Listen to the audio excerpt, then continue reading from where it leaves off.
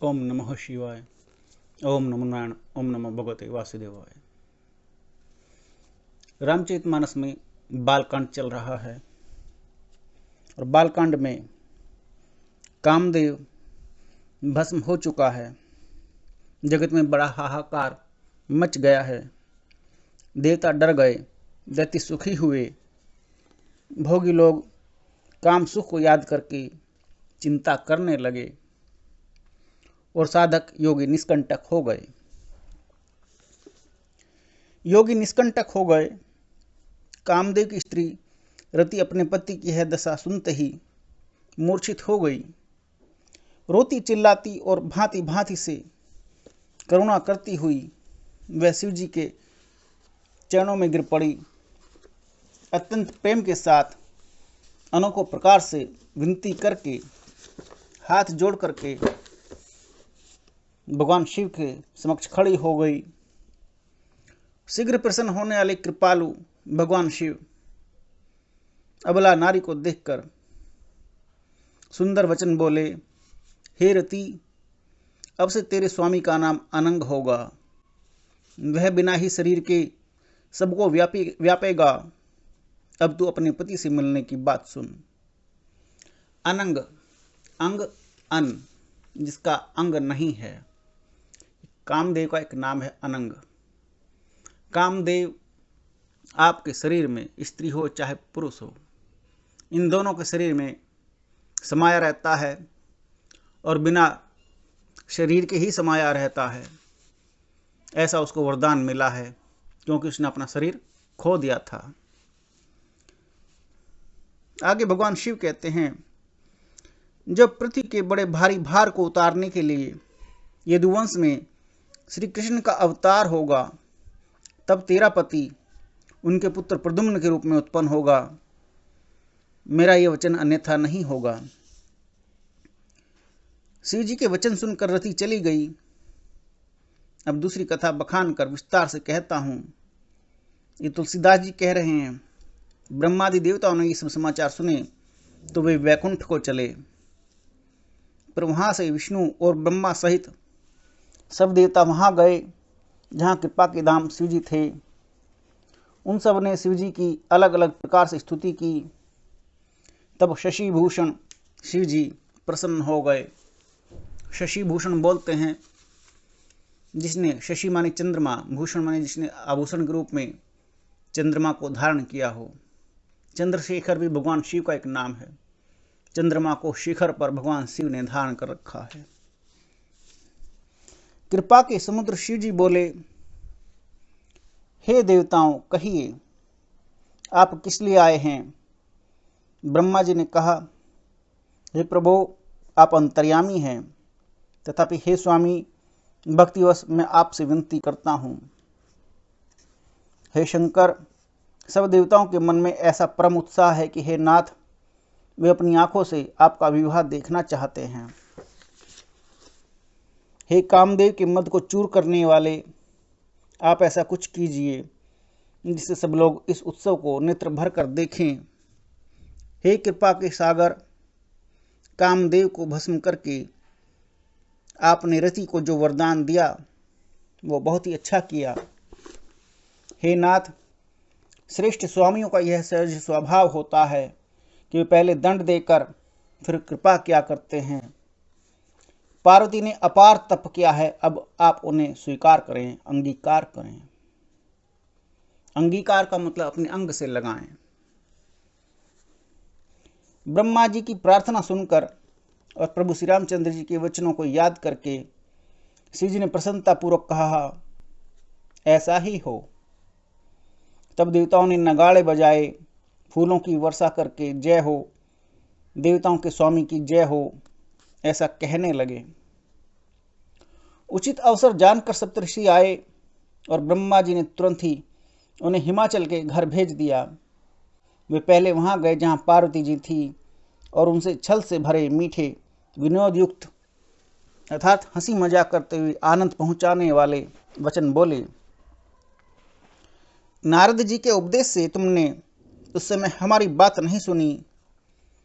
अब तो तुम्हारा प्रण झूठा हो गया, क्योंकि महादेव जी ने तो काम को ही भस्म कर डाला।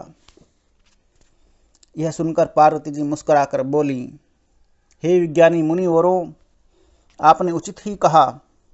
आपकी समझ में शिव जी ने कामदेव को अब जलाया है। अब तक तो वे विकार युक्त कामी ही रहे, किंतु हमारी समझ से तो भगवान शिव सदा से ही योगी, अजन्मा, आनंद, काम रहित और भोगहीन हैं। यदि मैंने शिव जी को ऐसा समझकर ही मन, वचन और कर्म से प्रेम सहित उनकी सेवा की है, तो हे मुनीश्वरों सुनिए, वे कृपा निधान भगवान मेरी प्रतिज्ञा को अवश्य ही सत्य करेंगे। आपने जो यह कहा कि शिव जी ने कामदेव को भस्म कर दिया, यह आपका बड़ा भारी अविवेक है। हे तात, अग्नि का यह सहज ही स्वभाव है कि पाला उसके पास कभी नहीं पहुंच सकता और जाने पर अवश्य ही नष्ट हो जाएगा। महादेव जी और कामदेव के संबंध में भी यही बात समझनी चाहिए।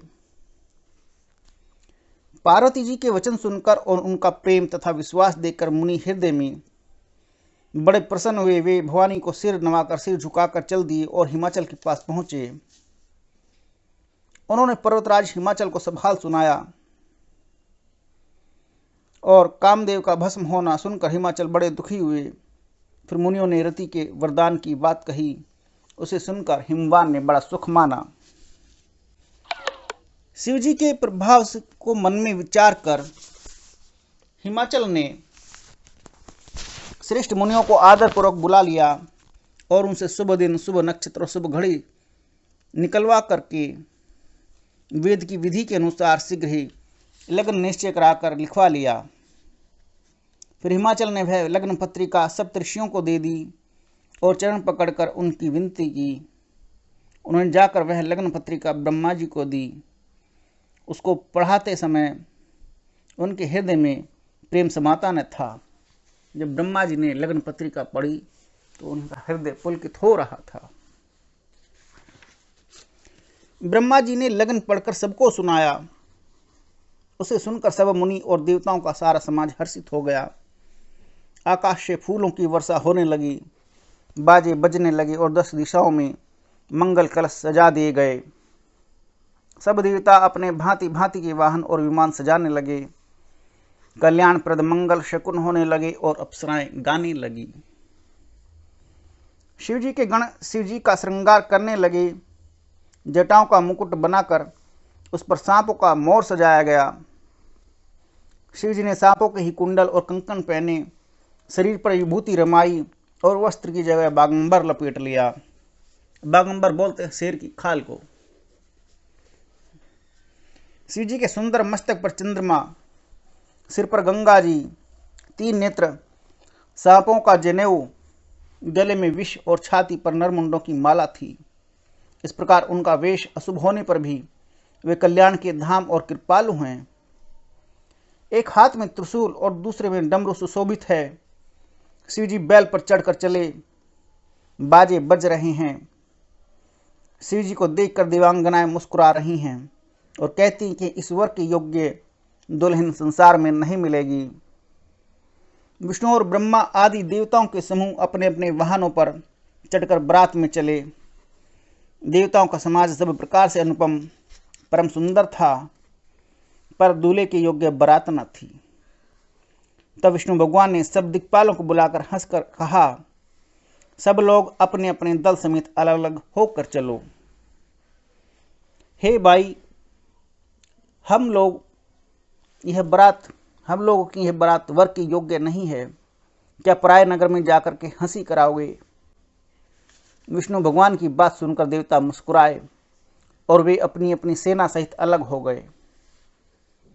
महादेव जी मन ही मन मुस्कुराते हैं कि विष्णु भगवान के व्यंग वचन नहीं छूटते। अपने प्यारे विष्णु भगवान के इन अति प्रिय वचनों को सुनकर शिव जी ने भी भृंगी को भेजकर अपने सब गणों को बुलवा लिया। शिव जी की आज्ञा सुनते ही सब चले आए और उन्होंने स्वामी के चरण कमलों में सिर झुकाया। तरह तरह की सवारियों और तरह तरह के वेश वालों अपने समाज को देखकर शिव जी हंसे। कोई बिना मुख का है, किसी के बहुत से मुख हैं, कोई बिना हाथ पैर का है, किसी के कई हाथ पैर हैं, किसी के बहुत आंखें हैं तो किसी की एक भी आंख नहीं है। कोई बहुत मोटा ताजा है तो कोई बहुत छोटा, और कोई बहुत ही दुबला पतला है। कोई बहुत दुबला और कोई बहुत मोटा, कोई पवित्र कोई अपवित्र वेश वाला धारण किए हुए है। भयंकर गहने पहने, हाथ में कपाल लिए हैं और सबके सब शरीर में ताजा खून लपेटे हुए हैं। गधे, कुत्ते, सूअर और सियार के से उनके मुख हैं। गणों के अनगिनत वेशों को कौन गिने। बहुत प्रकार के प्रेत, पिशाच और योगिनियों की जमातें हैं, उनका वर्णन करते नहीं बनता। बोलो भगवान शंकर की जय। ओम नमो शिवाय। ओम नमो नारायण। ओम नमो भगवते वासुदेवाय।